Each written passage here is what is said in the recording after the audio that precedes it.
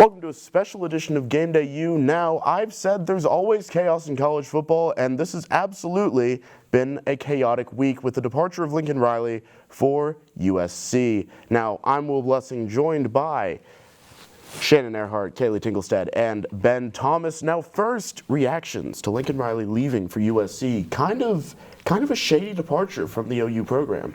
I think shady's the perfect way to describe it, you guys. Nobody was expecting this. Kind of came out of thin air. Yes, Riley does say that he decided within 2 days that he was leaving for USC, but a guy that struggled between picking a starting quarterback for months, it just doesn't make sense to me, you guys. I don't think it was right for him to leave. Yeah, I do think he's going to do great at USC. That's a historic program as well, but what happens to the recruits? I don't know.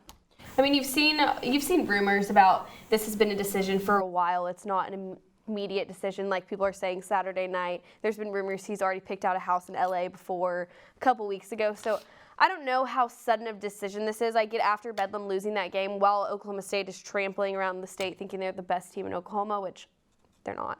But I mean, I think it was a very bad time to leave for OU, but it makes sense a good time to leave for Lincoln.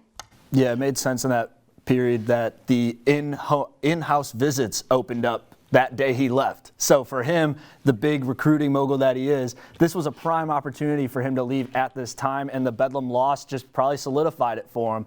I don't think he decided to take his family and move all the way across the country in a span of, a couple hours in like one day. No way that happened, so I don't really believe him in that aspect. This was definitely something planned out entirely because that USC job went silent for a long time there, and there was something in the works for a while here, especially rumors from the bye week as well. And they've been wanting him for a long time. I read something about they were approaching him all season. There wasn't really a chance. And then we saw that week before Baylor, the bye week, and then Baylor, he was absent most of that week. Oh, you lost to Baylor. I even saw some fans speculating those two losses against Baylor and Oklahoma State were on purpose to make that exit smooth. Oh, I don't think they were on purpose. I don't think Lincoln would ever they looked pretty unprepared against Baylor. His play calling had stagnated. I think he was coaching with a foot out the door, and also I think he made this decision like a month ago because there is no way that Lincoln Riley convinced his wife to move across the country away from her family, and then the wives of 5 other dudes to move across the country in 2 hours. That just doesn't happen. Yeah, it just doesn't make sense. That's just not something you really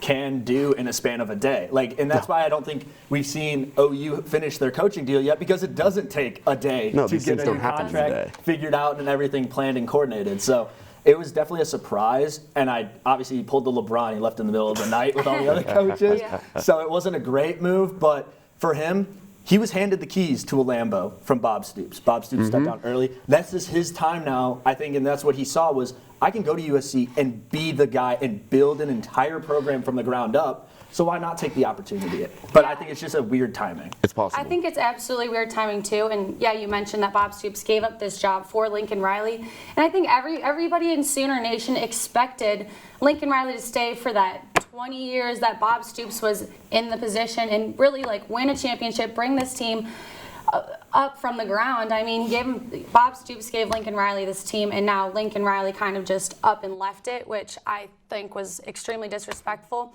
But again, he was doing it for himself and for his family, but I don't know, he took his entire coaching staff with him, so it makes sense that they're going to follow. Not all of them. They're going to follow in suit because, they're tied to the coach, not the university. So I think they're going to be doing some interesting things at USC, but definitely they don't have all the weapons right now, at least, that he does at Oklahoma. But getting those recruits from California and all those guys that were previously committed to Oklahoma, I think, are going to follow in suit with Lincoln. I don't know. I think, he took the entire coaching staff with him. That's the same coaching staff. It's the same recruits. I don't think they weren't being utterly dominant, successful this year.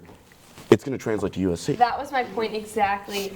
Looking at Lincoln, going back to my favorite school in the world, ECU, he was dominant offensive coordinator. He really put that offense on the map. You saw it against, Barry loves to point out, the Belk Bowl against Florida, and then he came to OU and was doing great things for OU.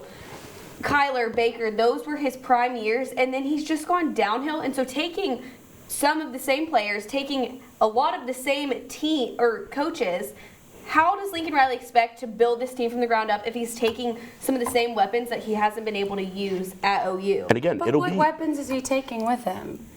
Just recruits. recruits. But I mean, recruits and there could be transfers. I'm thinking People have recruit ended. team players. Yeah. I think he's done great though go with there. Alex Grinch. I think they've been hand in hand. Spencer Rattler already told him good luck, LOL, Yeah, when he he's not texted him about going. it. Rattler, I don't think is going there because of I think he's going to be great with all those new guys like Malik and all those other guys. He's entering a that he way was tougher you also have to environment remember- without as much fan support. LA been doesn't care stagnant. about football But the way with that Norman does. But with him coming in, the networks are gonna pop up. People are gonna start paying attention to it. But if you look at Lincoln Riley's tenure at Oklahoma, yeah, he was 55-10, but a lot of the guys he was handed to were Bob Stoops' guys. They were set up by He Bob. couldn't. The only guys that were his really were like a Hazelwood and a Spencer Rattler and a Caleb Williams, where Rattler really hasn't progressed. Rattler was that the first well. Riley project. Hazelwood really didn't progress yet. Like a lot of, and that offense seemed to get worse as Lincoln's guys came in.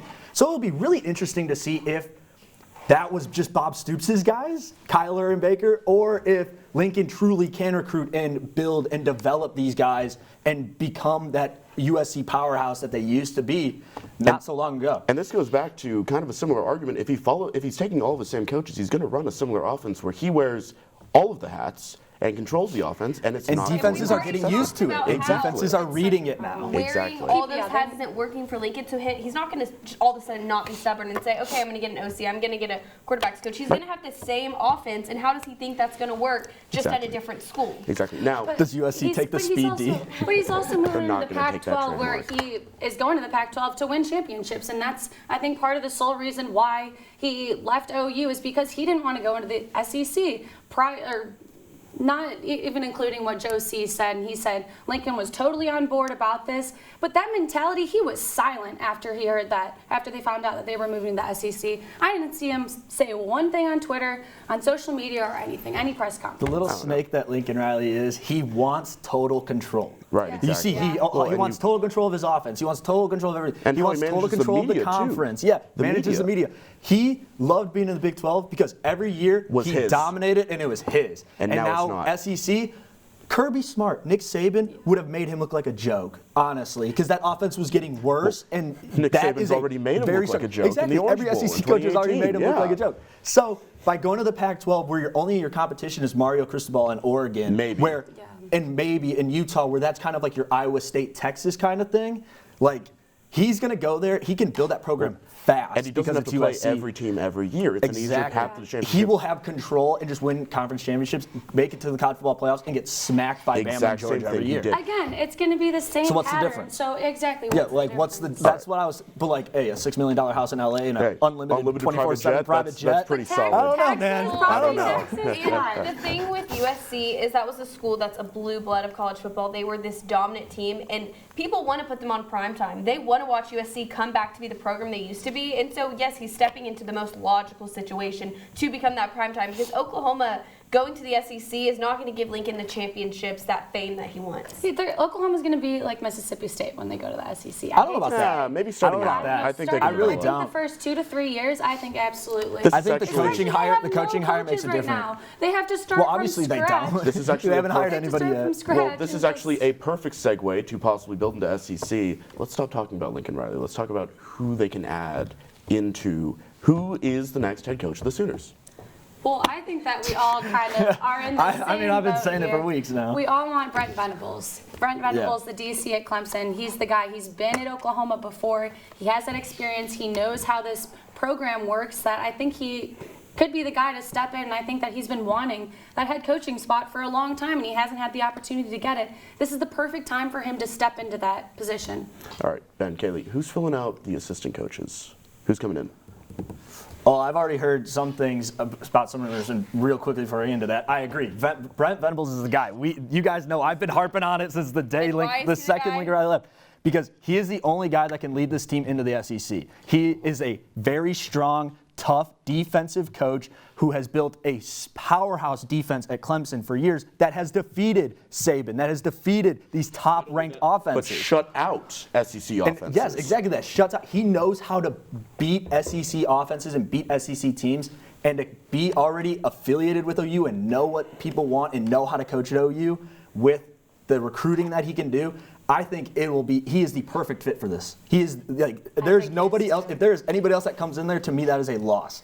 Now, to go to the next point, Jeff Levy has the co-offensive coordinator at Ole Miss, has been the rumored guy to become the next OC here. He's a great quarterback development coach, would be able to keep Caleb around probably and keep a lot of recruits around. He's a great offensive mind. To me, I think they haven't announced everything yet because OU wants to solidify him and Levy. Absolutely. And I think once they solidify that, you will hear both those guys being named. And again, going back to the original point, coaching contracts take a while to work out. Exactly. This isn't there are things, and you have to get the regents involved. There's a regents meeting later this week that could possibly finally confirm whatever's happening. And I wouldn't be surprised if they even have an emergency meeting. Oh. If they solidify the guy, they should have an emergency meeting because OU is hemorrhaging it should be done recruits within right now. today or tomorrow, honestly. It should be. But I think Jeff Levy is that guy to be that OC. He can step right in. He has an SEC-style offense. He knows how to compete in the SEC. Ole Miss has done great things, especially Matt Corral's development as well. Indeed. So I think that is the guy you have to get to go with Brent Venables. And then just your DC could be Jamar Kane.